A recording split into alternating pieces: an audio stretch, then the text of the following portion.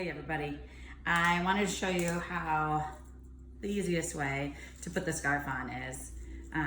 So now I like to start this way. It's evolved over the years. I put some of the snaps in the back, some in the front, and I pull the rest of the scarf forward like you wouldn't normally start with a scarf.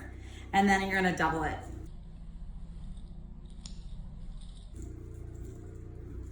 This is kind of like the bandana style. This is probably the most popular way to wear the scarf.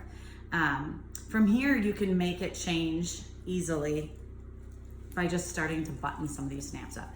So if you want to do 2 more snaps, so that's 3 total. See how this is kind of in the way? All you have to do is tuck that under or fold it in half.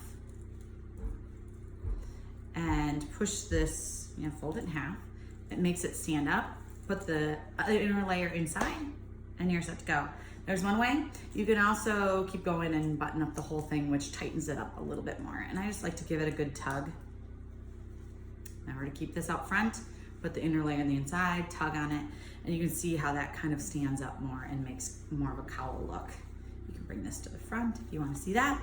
That's the easy how-to. I hope that helps.